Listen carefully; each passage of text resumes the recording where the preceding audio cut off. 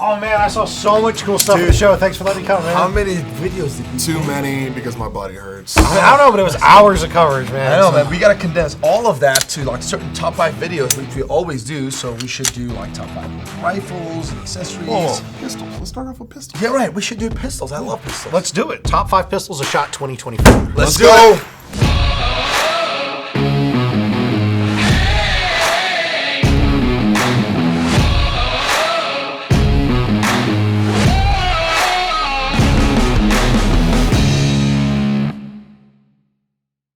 Welcome back, guys, to Classic Firearms, and we're here to talk about what? Our top 5 pistols of SHOT Show 2024. That's correct, man. Yeah, man. So let's general consensus across the board. What are we thinking?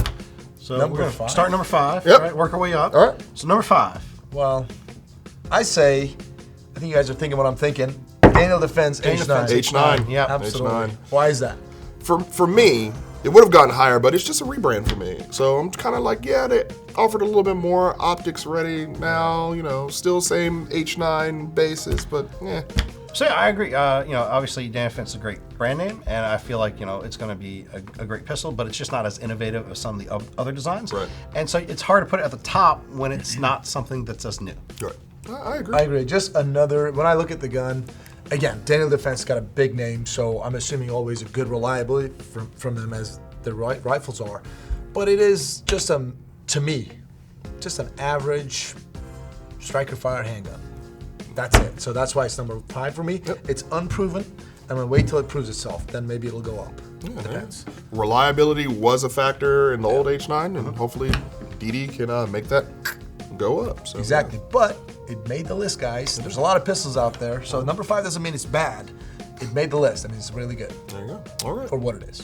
General consistent. All right, moving on.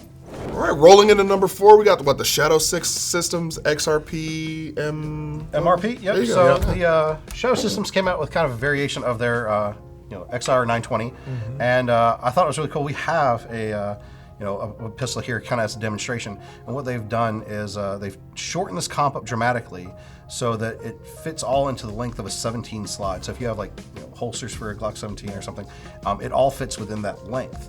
Okay. And it's got a really cool attachment like a tri-lug on the end of the barrel to attach that really abbreviated comp, because it doesn't even have room for like a threaded barrel. Right. Yeah. And I really thought that was cool because they're offering it as a complete package, right? Like this isn't an aftermarket part you're adding to it. This is a complete package that's coming this way. And hey, we've had Shadow Systems out to the range before. Their products are really fantastic, and I got to just handle. Didn't get to shoot it, but I got to handle it a little bit. And yeah, I thought it was a great pistol. Shows some innovation there. Shadow System stuff always feels good in hand. Their triggers are absolutely top notch. I wish Glock would take a little note from their book. I mean, I know they hate when you say it's a Glock, but in all actuality, it's a Glock. But yeah, it's a very innovative company. I like what they do. They're cool. I like the whole it comes in a package, like you said, and your one-stop shop for getting what you want, man. Yeah, Shadow Systems, as you said, definitely did on that one. Great company. Trevor's an awesome guy, super smart, and they really do innovate. Yes, Glock, but they turn a Glock into something pretty much not Glock anymore, right? Yeah. Really, really good. They work on a trigger and the slide work and all that, and now they shorten this comp, kind of fit into that frame, just like an afterburner comp. Sort of like something like that, right? So, reliability should be there too. Should be nicely, finely tuned by Shadow Systems. Number 4, absolutely deserving pistol. It looked pretty good. I gotta shoot it though, but we've got multiple Shadow Systems here. They never disappoint. So, I don't know. So Number 4. Number 4. Let's kick it up to number 3. Moving on. All right, hitting number 3 on our top 5, we have the Canik TTI Combat. And some of y'all may be surprised it wasn't a little bit higher up there. Certainly expected to be a very popular pistol this year. But, I think that all of us agree that it was an excellent pistol. It just could use maybe a little bit more innovation. Yeah, a little bit more. To me personally, steel frame. Yeah, I'm surprised they didn't go for steel frame, right? Kai, you look a little upset over there, man. I mean, here's the deal. Okay, Canik, love the brand. They're awesome pistols. They work. These guys are doing great work. Taron Butler, Agreed so far. Oh, I'm gonna get there. Taron Butler, love him. He's a good friend of mine. Obviously, Taron is known to make some amazing guns. So, among certain circles, awesome company, Canik. Awesome guy, Taron Tactical Innovations, another company, right? Put together. I expected something more. What I saw in that gun was Just a little comp added, obviously a little the TTI logo on there, different color. Now, as it is, I can understand there's some marketing strategy going there. It's going to sell a lot, and it Absolutely. should. But I, as a huge fan of TTI, I expected more done to that gun, like whole frame stippled, and you're Terran Tactical, you guys can make it work. Like the Combat Master we have over here. That you got for your 40th Yeah, birthday? this is my 40th birthday gift from Terran Butler himself, the man. But if you look at it, this is a Glock 34, right? But the whole body is stippled, complete different trigger job. The slide is the island slide cut here, right here. Just overall looks a lot done to this, right? I expected something. So you want them to hold a higher standard for that brand name. That's what I was expecting. Again, I'll get one of those guns. Like TTI Combat, Canik Combat, I'll get one of those for my personally. Love the gun, right? But I wanted just really good sheet out. But I understand that would push them over $9.99, and that's a marketing strategy. I get that. As a fan, I want it more. I think they hit it right there in the middle park. It's obtainable for everyone else, except like the Pit Viper. It's a little up there in price, so I get More what than they're a little, doing. but, More, just a little bit more. Yeah, I was just but I saying. get it. But at the end of the day, it being on a steel frame or it having a little bit more in a stipple would have just sent it over the mark for me. So that's where I'm standing. If they went up to $14.99 mark, they could maybe lose some business to Glock. You know what I'm saying? So they had to keep it. I get it. Yeah. I get it. But I'm talking not from here, from the heart. I wish feel. I had it more. Sometimes, it's not that we're saying there's anything wrong with what it is. It's just that we saw that it could have been more, right? Exactly. Right. And I'm sure they saw it too, but there's a marketing strategy behind it. But maybe they might come out with a Combat Master version that has all these bells and whistles. Yeah, Like a steel TTI Combat Master. There you Hey. go. Steel Yeah. frame? Steel frame. I'm into Maybe. it. I'm into But it. great job. Hey, Canik did it with TTI, and Terran saw something with Canik to put his name behind it. So Now let's we're just take a happy. minute to just recognize Canik for that, right? Because there's so many imported handguns, so many that receive zero support. They come, Especially they go. Turkish handguns. Especially or Turkish guns handguns in general. Yeah. And Canik's really knocked it out of the park, I think, in general. Like, they've become a widely accepted brand, broad aftermarket support. And I will like, give this to Adam. I mean, that guy is a marketing genius. He's an awesome guy. and a gorgeous person. Beautiful. If I was a girl, Adam. But anyways, moving on. big And guy in Andrew. person. Wait. Let's talk about Andrew too. Andrew is also another brilliant mind. So, because of those guys, and of course Canik's capabilities, here they are. All right, so we're going up to number two. Number 2. Yeah. And number 2 is going to be Beretta. The 92 Tomcat XI 30X. Squallow. No, APX. Tomcat 30X. Definitely the Squallow. All right, well, we'll get to that. All right, So all right. APX Compact Tactical, and there's also full size version too. Beretta just nailed it. I love that gun. Fully modular. Overall, just fantastic. Anything tactical, I love. Yeah. So, 92 XI Squallow for me. Competition style. oh, that was a really nice gun. Got that Yeah. great trigger. I mean, they also make the Langdon tactical version, which is like a Ferrari based up to it, but that thing felt good in the hand, man. Yeah.